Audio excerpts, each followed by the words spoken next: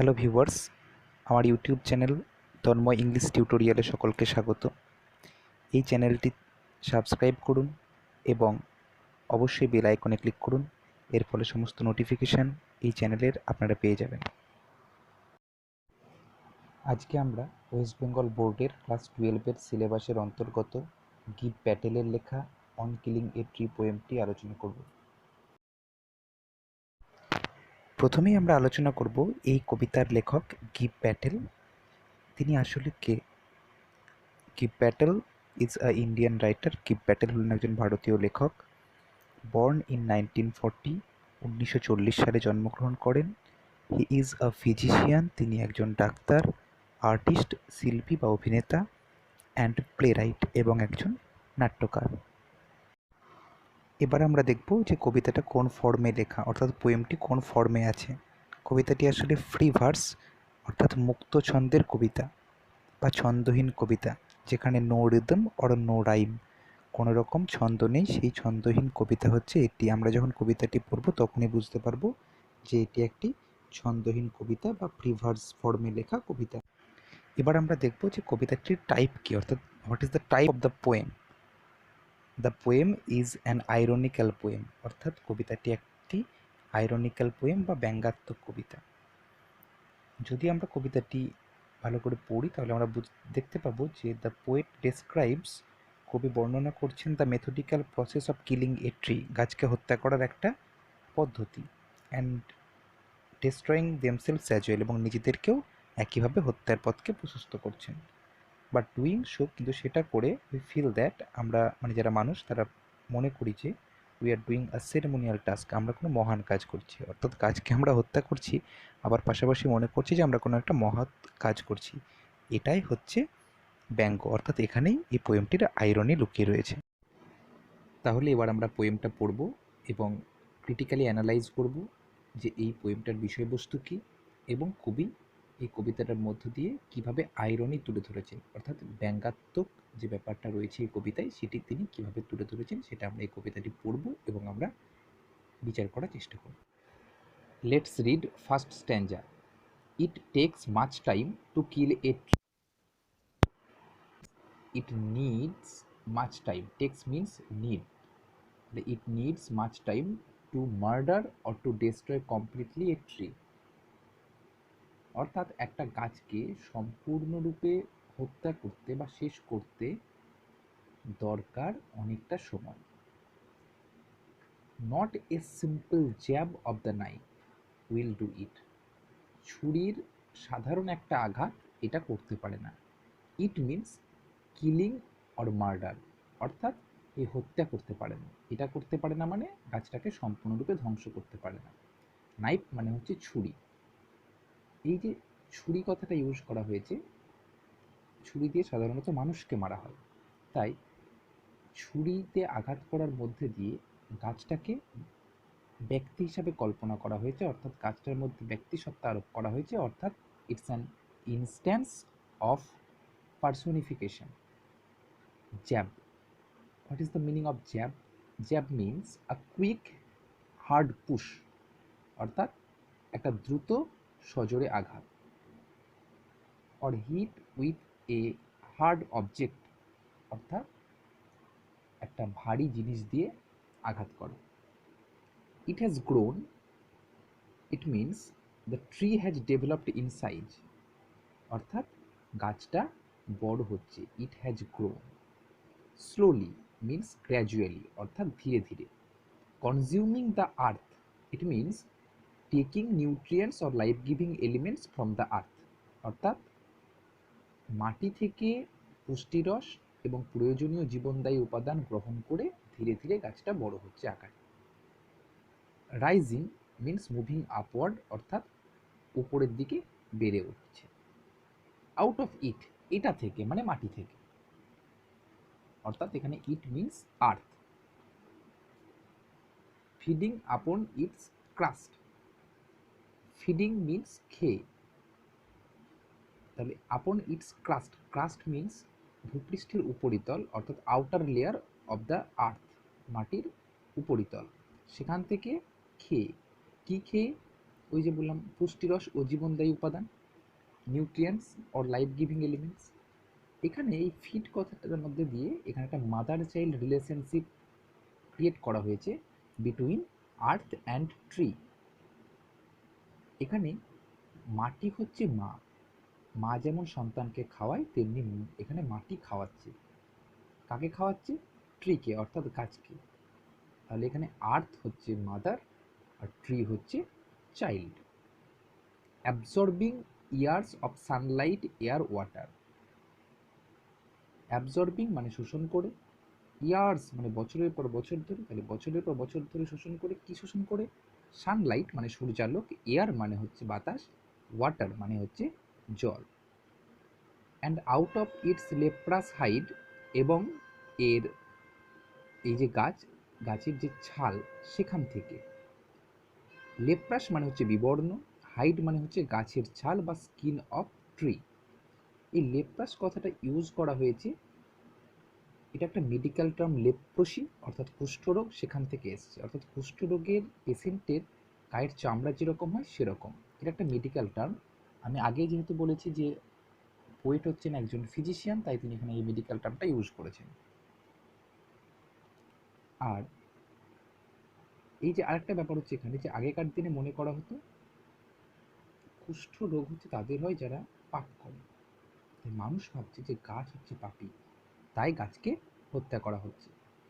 এটাই হচ্ছে এখানে কবি আইরনি ক্রিয়েট করেছেন, অর্থাৎ ব্যঙ্গ সৃষ্টি করেছে। তাহলে অ্যান্ড আউট অফ ইটস লেপ্রাসাইড, অর্থাৎ গাছের বিবর্ণ বাকল থেকে, স্প্রাউটিং মানে গজিয়ে উঠছে, লিভস মানে পাতা। তার মানে সিম্পল জ্যাব অফ দ্য নাইফের সাহায্যে গাছকে কমপ্লিটলি ডিস্ট্রয় করা যাচ্ছে না। তাহলে আমি যদি ফার্স্ট টাইম যেটা আরেকবার পড়ি, তাহলে মানে দাঁড়াচ্ছে it takes much time to kill a tree. গাছকে হত্যা করতে, সম্পূর্ণরূপে হত্যা করতে অনেকটা সময়ের দরকার। Not a simple jab of the knife will do ইট। ছুরির একটা সাধারণ আঘাত এটা করতে পারে না, অর্থাৎ গাছকে হত্যা করতে পারে না। ইট হ্যাজ গ্রোন মানে it has developed in size, অর্থাৎ গাছটা বড় হয়। স্লোলি মানে ধীরে ধীরে। কনজিউমিং দ্য আর্থ অর্থাৎ মাটি থেকে প্রয়োজনীয় পুষ্টিরস এবং জীবনদায়ী উপাদান গ্রহণ করে। রাইজিং আউট অফ ইট এটা থেকে বেড়ে ওঠে। ফিডিং আপন ইটস ক্রাস্ট মানে এর ভূপৃষ্ঠের উপরিতল থেকে প্রয়োজনীয় উপাদান খেয়ে। Absorbing years of Sunlight, air, water বছরের পর বছর ধরে মানে সূর্যালোক, বাতাস এবং জল শোষণ করে। অ্যান্ড আউট অফ ইটস লেপ্রাসাইড এবং এর বিবর্ণ ছাল থেকে স্প্রাউটিং লিভস মানে হচ্ছে পাতা গজায়। এবার আমরা চলে যাব সেকেন্ড স্তবকে অর্থাৎ সেকেন্ড স্ট্যান্ডাতে। সেখানে গিয়ে দেখব তাহলে আর কোনো উপায় আছে কিনা গাছকে কমপ্লিটলি হত্যা করার জন্য। Show, hack and chop. এখানে যে শো কথাটা আসছে, এই শোটা হচ্ছে linker between first and second স্ট্যান্ডা, অর্থাৎ প্রথম এবং দ্বিতীয় স্তবকের মধ্যে সংযোগ স্থাপন করছে। এই শো কথাটার মানেই হচ্ছে তার আগে নিশ্চয়ই তার কজ রয়েছে, আর এই যে পরের স্তবকটা হচ্ছে মানে এই সেকেন্ড স্ট্যান্ডা, সেটা হচ্ছে তার এফেক্ট। অর্থাৎ ফার্স্ট স্ট্যান্ডা যদি কজ হয়, সেকেন্ড স্ট্যান্ডা হচ্ছে এফেক্ট। ফার্স্ট স্ট্যান্ডা কজটা কি? যে নাইফের সিম্পল জ্যাব দিয়ে কি করা গেল না, একটা ট্রিকে কমপ্লিটলি ডিস্ট্রয় করা। তাহলে আমরা সেকেন্ড স্ট্যান্ডায় কি হচ্ছে দেখি। সো হ্যাক অ্যান্ড চপ মানে সুতরাং হ্যাক করো। হ্যাক করো মানে কি? কাট উইথ হেভি ব্লো, জোরালো আঘাত করো। অ্যান্ড চপ এবং টুকরো টুকরো করো, কাট ইনটু পিসেস। বাট কিন্তু this alone won't do it, কিন্তু এটা একাকী এটা করতে পারবে না। এই প্রথম এটার মানে হচ্ছে the process of hacking and chopping. তার মানে হচ্ছে কি, যে এই যে হ্যাক করা হচ্ছে এবং চপ করা হচ্ছে সেটা পারবে না করতে। কি করতে পারবে না? গাছটাকে কমপ্লিটলি মার্ডার করতে পারবে না বা কমপ্লিটলি ডিস্ট্রয় করতে পারবে না। ঠিক আছে, এই ফার্স্ট দিসের মিনিং হচ্ছে the process of hacking and chopping. আর সেকেন্ড যে তারপরে ইট আসছে, সেটার মিনিং হচ্ছে killing or murder of a tree. Not so much pain will do it. এমনকি কি বলছে যে প্রচণ্ড যে ব্যথাটা হবে সেটাও এই কিলিং বা মার্ডার গাছটাকে করতে পারবে না। এই পেনটা কিসের পেন?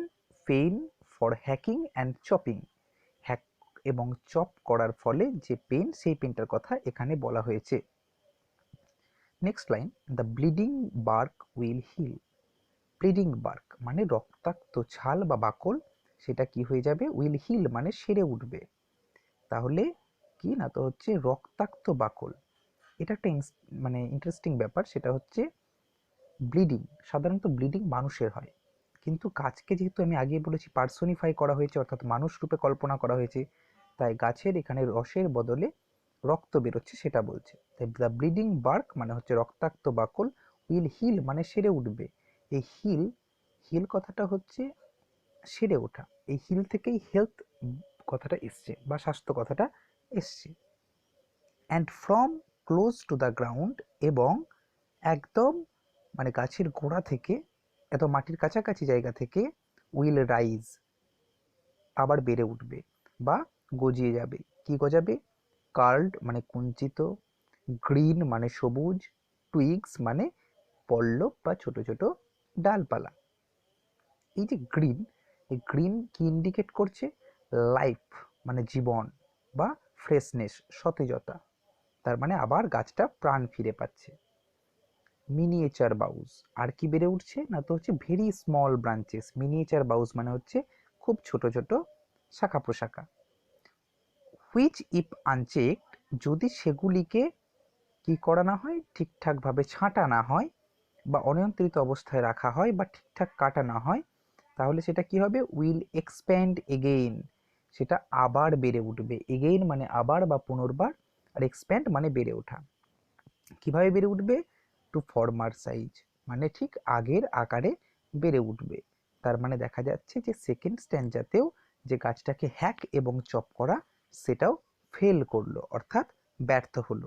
তাহলে ফার্স্ট প্রসেসটা ছিল যে নাইফ দিয়ে আঘাত করা, সেটাও মানে ফেল করলো, আর সেকেন্ড হচ্ছে যে হ্যাকিং এবং চপিং, সেটাও ফেল করলো। এটাই হচ্ছে মূল বক্তব্য সেকেন্ড স্ট্যান্ডার। এবার আমরা চলে যাব থার্ড স্ট্যান্জা বা তৃতীয় স্তবকে। আগের দুটো প্রসেস ফেল হয়েছে, এবার দেখি এই প্রসেসটা আমার ঠিক হয় কিনা।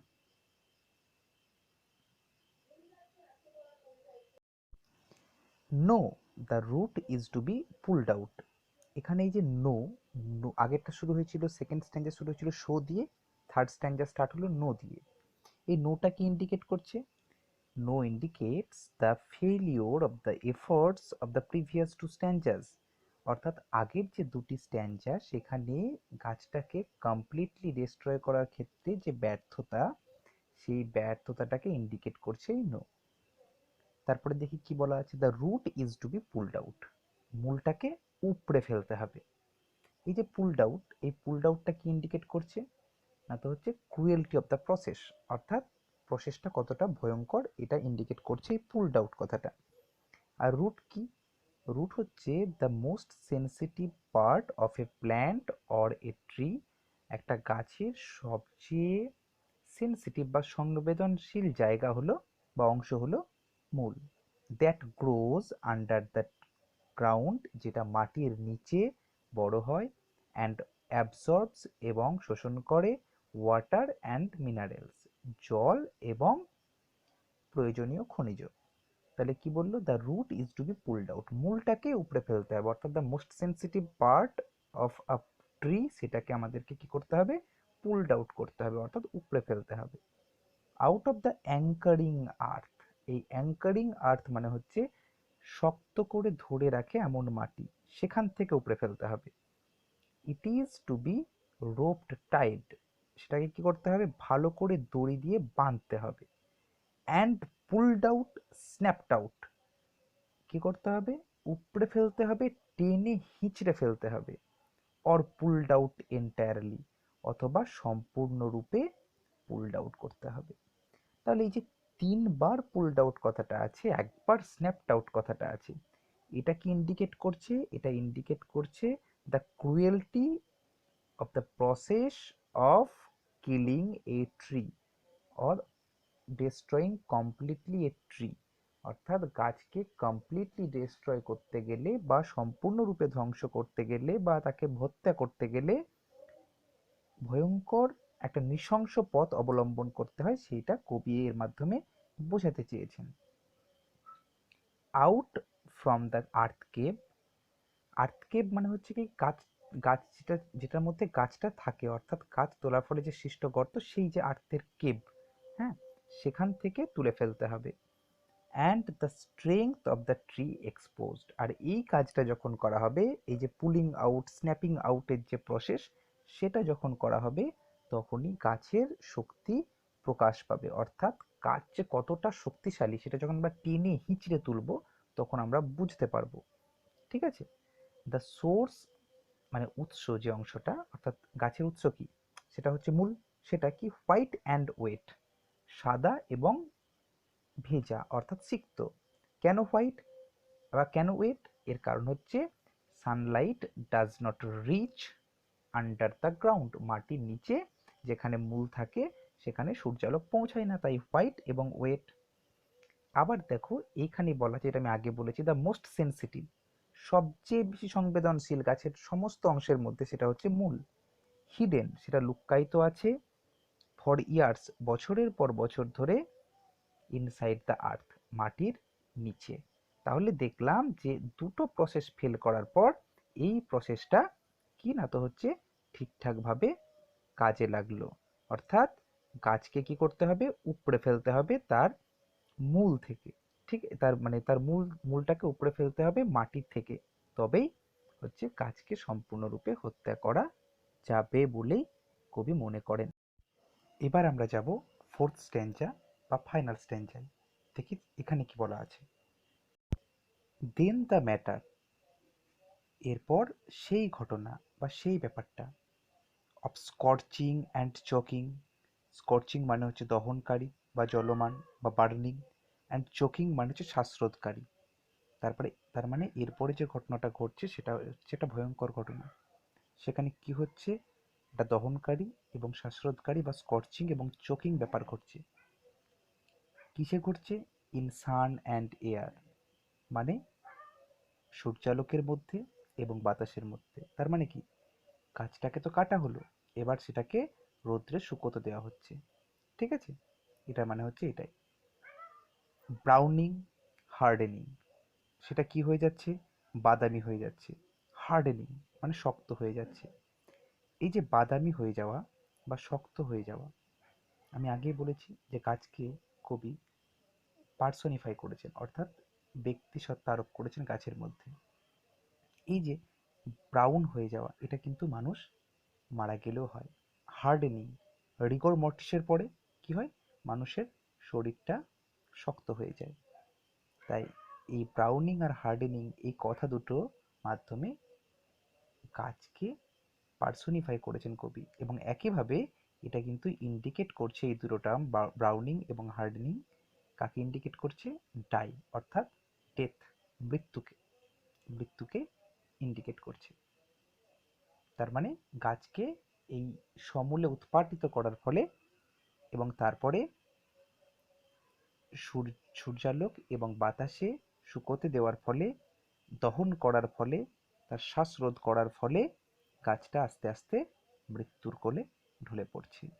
টুইস্টিং, উইদারিং, মুচড়ে যাচ্ছে, শুকিয়ে যাচ্ছে। টুইস্টিং মানে মুচড়ে যাচ্ছে, উইদারিং মানে শুকিয়ে যাচ্ছে, অ্যান্ড এবং ফাইনালি কি হচ্ছে? দেন ইট ইজ ডান। কি হচ্ছে? ইট ইজ ডান মানে কাজটা সমাপ্ত হচ্ছে। কোন কাজটা সমাপ্ত হচ্ছে? The process of destroying a tree is completed, অর্থাৎ একটা গাছকে সম্পূর্ণরূপে হত্যা করার বা সম্পূর্ণরূপে তাকে মেরে ফেলার যে প্রসেস, সেটা সমাপ্ত হচ্ছে। অ্যাকচুয়ালি এই কবিতাটা হচ্ছে ডিফরেস্টেশনের এগেনস্টে একটা কবিতা। এর মাধ্যমে দেখানো হচ্ছে গাছকে যখন আমরা মেরে ফেলি সেটা কত ভয়ঙ্কর হতে পারে। ঠিক আছে? আমার এই যে কবিতাটা পড়ে যদি কারো কোনো রকমভাবে ভালো লেগে থাকে তাহলে অবশ্যই সাবস্ক্রাইব করুন, বেল বাটনে ক্লিক করুন, অবশ্যই লাইক শেয়ার করুন, এবং আপনাদের কোনো মতামত থাকলে সেটা কমেন্ট বক্সে জানান। তন্ময় ইংলিশ টিউটোরিয়ালে আরও অনেক ভিডিও দেওয়া হবে, তার জন্য অপেক্ষা করুন। ধন্যবাদ।